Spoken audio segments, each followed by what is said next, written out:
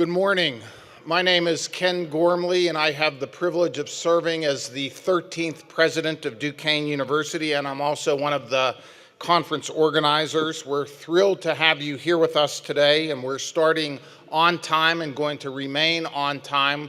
We're webcasting this program around the country and the world. You can go to www.duq.edu/1A for the First Amendment to get the link there. Yesterday afternoon, in opening this magnificent event, I explained the reason for convening this national conference on the First Amendment at this particular moment in American history. There's been a lot of talk in the past few years about the growing divide in this country based upon differing political views and strongly held beliefs that don't mesh. Sometimes we don't stop to appreciate the things that are most important in our lives, our families, our communities, the people we're blessed to work with, and the fact that we're living in a country where freedom, rather than oppression, is the bedrock of our society. We get so caught up in the heated debates of the news of the day that we often don't stop just to count our blessings, to consider what makes us the greatest nation on this earth. And it's the things that unite us, not the things that divide us, that make the United States of America a world powerhouse. And the First Amendment, folks, sits at the core of all of that. It allows us to speak freely and express our views openly without being thrown in jail. It allows us to publish letters to the editor of newspapers or post blogs online to share our ideas no matter how much others might disagree with them. It allows us to express our religious beliefs, to associate with those people we want to associate with, to assemble in front of the Capitol building if we want to tell our government that we think it's making bad policy or dangerous policy decisions.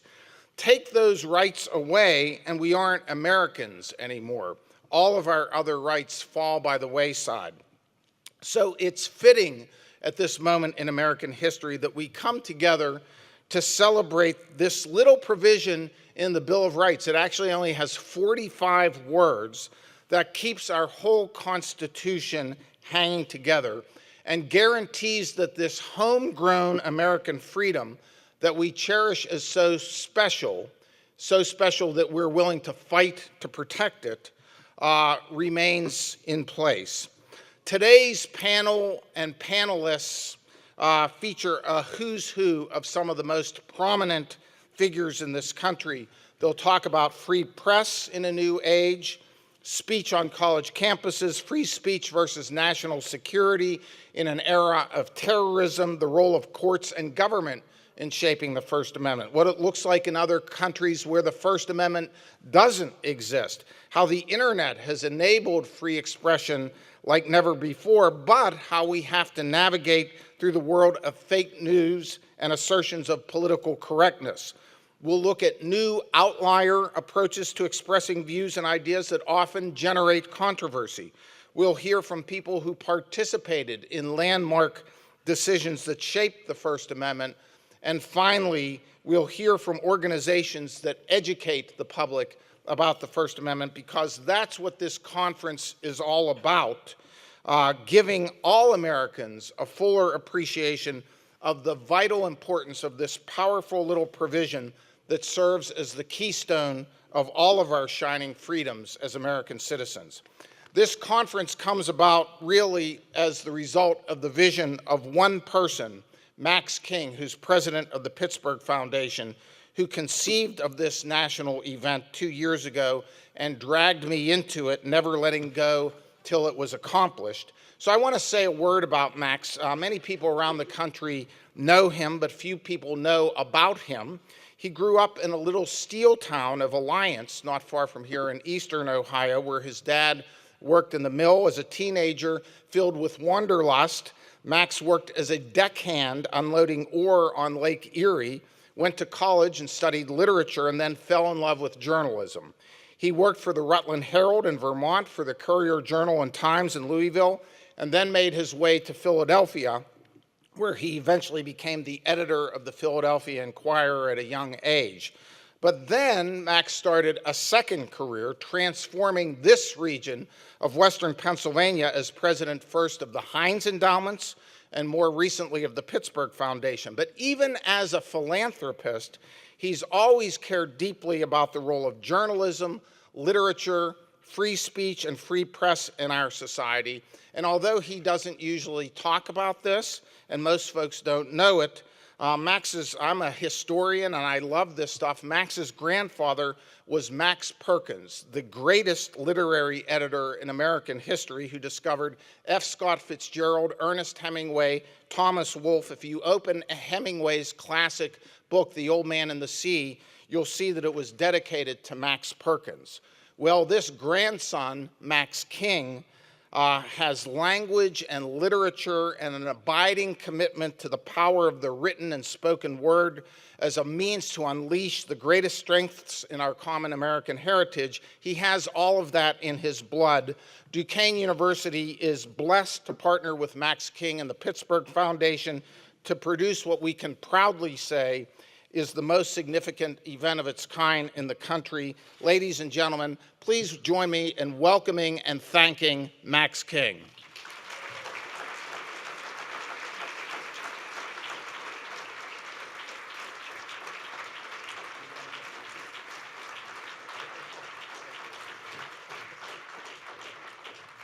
Thank you very much, Ken.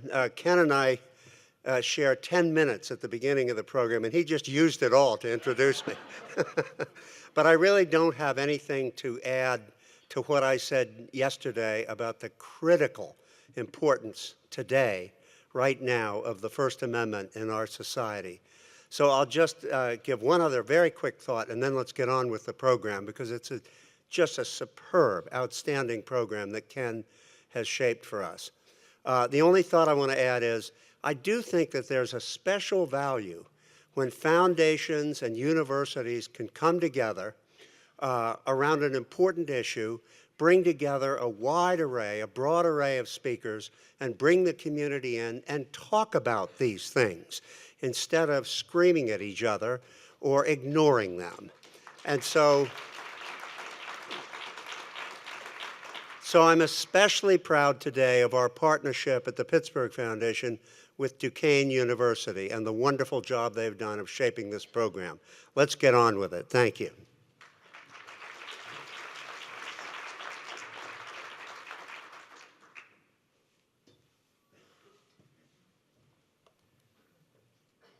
Good morning and welcome. I'm Joy Mcnally.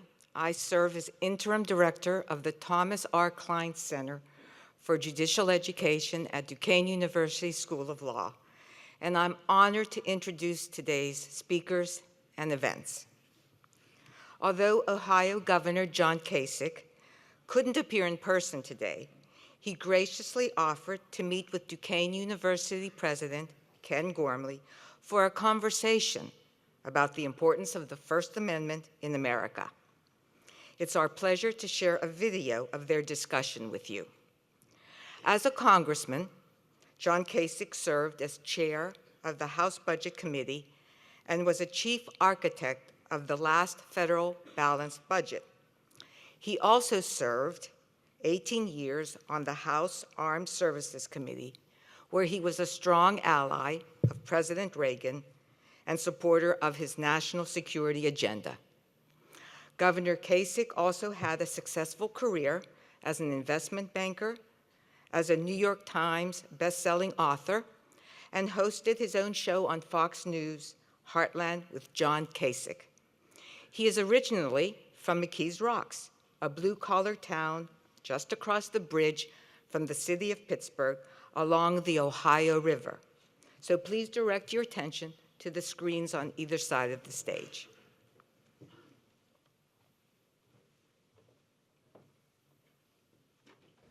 Good morning, Governor Kasich. My name is Ken Gormley, and I have the privilege of serving as the president of Duquesne University back in your hometown of Pittsburgh. I'm also one of the co-organizers of this National Symposium Conference on the First Amendment, along with Max King, of the Pittsburgh Foundation. So we greatly appreciate your willingness to participate in this important conference, especially given how busy it is in the Ohio Capitol right now. So I want to begin with this. Over the course of your career, you've served in the Ohio legislature, in the United States Congress, in business, as a broadcast journalist for Fox News, and now as governor of this great state. Given that rich experience, how would you summarize the importance of the First Amendment in our American democracy? And here I'm talking about the whole gamut, not just free speech and free press, but all aspects of that guarantee: freedom of religion, assembly, association. Why is it so important to us? Well, it's about freedom, right? It's about an individual not being constrained to by somebody else. I mean, the whole basis, this probably started, I'm not sure this is right, I'm not a scholar like you are, but maybe even with the Magna Carta, where the Magna Carta was an important document because it said for the first time, and I wonder if anybody was hung by the king when they wrote it, but it said that nobody was under the restraint of anybody else, that God is the ruler, and no individual can act in that capacity, and so all people are equal. So if you take a look at what the founders did with freedom of the press and freedom of religion and freedom of speech, and this is a hallmark of what it means to have a free society. So if you think about what's happening in some parts of the world, when you see autocrats rise, the first thing they do is they try to disrupt the judiciary. They try to limit the freedom of the press. Now if you look at a place that's fully authoritarian like China, now they're using the technology of the 21st century, which we always thought that technology would give us more freedom, which in some respects it has, but they're now using camera technology with digital imaging to try to keep the tabs on people who might want to exercise the very freedoms that we're talking about. So as you erode the press or erode in any way freedom of speech or these basic institutions, you begin to lose your freedom, which means that an individual who can grow up in McKees Rocks and not have any power at all, you're limiting their ability to rise. And the thing that's interesting today among young students is there's this little relook at socialism. What is that all about? Because of the not inherent, but the inequalities that we see in our economic system today. But what one must realize in regard to socialism is a guarantee that a few people at the top will have everything they want and everybody else gets the shaft. So it's really interesting, and it's a vital study you're conducting. And you've spoken eloquently in the past, specifically. Well, at least spoke. I don't know right. how eloquently. About the special value of free press in our society. And I've watched some of those videos, recognizing even still that the press can get it wrong at times. So why is the freedom of the press so fundamental to all of the rights we enjoy as Americans? And how do you react in your public positions when the media gets something wrong about you? Well, the press is important because they can shed light in corners that the light may never be shown. Now, that doesn't mean that the press doesn't have responsibilities. They do. Today, I think we all get concerned when the press is evolving and changing, and a lot of people under duress in that business. You don't want to substitute real reporting in exchange for hits and clicks and more eyeballs, so therefore more money. So there's an element of responsibility. It's almost a sacred honor in a way that if you're a member of the press, you have an obligation to look at the facts and report them. Now, today, I think it's also important that the consumers of the press, which would be you and me, that we are willing to go to a smorgasbord. I don't know whether we still have those in Pittsburgh, but my family, we used to go to smorgasbord, and I remember my father used to say, "Johnny, don't eat the bread, eat the meat. We can always get the bread at home." But the beauty of a smorgasbord is you shop at different places for different items that suit you. Well, the same should be true with the press. Don't be a siloed consumer of the press. Take bites out of everything, make it widespread, and then you can draw your own conclusion. Because we're pretty Americans are people are pretty smart. They've got good instincts. The Lord's given them pretty good instincts, and so the ability to sample a lot and draw a conclusion is the best way to become a consumer of the news. And what's your view about hate speech? We hear a lot about that in the news, but do you think that has any place in our society at all? Well, I don't know what that means. I mean, my sense is that I actually have I've changed, I've evolved in this area, always kind of thinking about the common sense that should determine who should come to a college campus. I've determined that I'm just not right about that. I mean, I hate to say it, but maybe I shouldn't hate to say it. I've kind of changed my mind. Let it flow. Mm-hmm. Let it flow out there. And now you're a private institution, and so you have a possibility of regulating, but frankly, regulating is not very smart. I have a great friend who has been the president of a number of universities, Gordon Gee, and he and I have talked about this. And Gordon is a believer, and I think he's right. Let the word out there. Right. If you have somebody who's really way out there, then have a counter speaker. If you just don't want to begin limiting who can be heard, because what I think somebody shouldn't be heard, tomorrow it's what you think, and maybe it's me that doesn't get heard. Now, of course, when it gets down to an issue of a threat of violence, we're going to, then that's not tolerable. Sure. That's not the First Amendment. That's not free speech. That's conduct. That's action. But there are a lot of crazy ideas and opinions out there that are really repulsive, but they won't stand the light of day. If we, what we can do by restricting this, probably give them even more attention if we do not allow them to speak. You combat harmful speech with more good speech. I think the beauty of freedom of a free society is the ability of different parties to be able to communicate and to create a symbiosis that can lead to a clarity. That's not bad coming from a Keys Rocks boy, a symbiosis that leads to clarity. But I think what happens is you rub up against one another to make it simple, and then the truth prevails. So I think it's also responsibility on the part of all of us as citizens to not just sit back and not have our say. And one of the things I think people need to know is what you think. I don't care whether you're delivering the mail like my father did, or cleaning the floor and turning out the lights, or whether you're running U.S. Steel. Your opinion matters. It matters with the people that you speak to. Your actions matter. So it's important for all of us to be engaged. And related to that, I know that you're a great proponent of civil discourse, of taking the time to listen carefully and respectfully to actually learn from what others are saying. And since the time I took over as president of Duquesne, I've held symposia for our students to really emphasize that. So part of the purpose of this national conference on the First Amendment is to show that it is still possible for citizens and thought leaders in our country of different backgrounds, different viewpoints, to get together and rally around these values and principles that we share. Is that still possible today?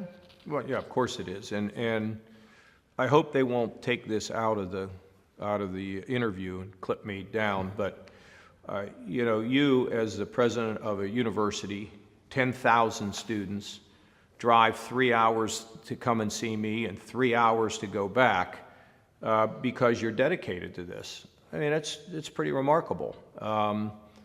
You're to be commended for that. I mean, I respect that you would do that. It's a big deal. And I hope the people at the university community there at Duquesne understand that. And you didn't pay me to say this.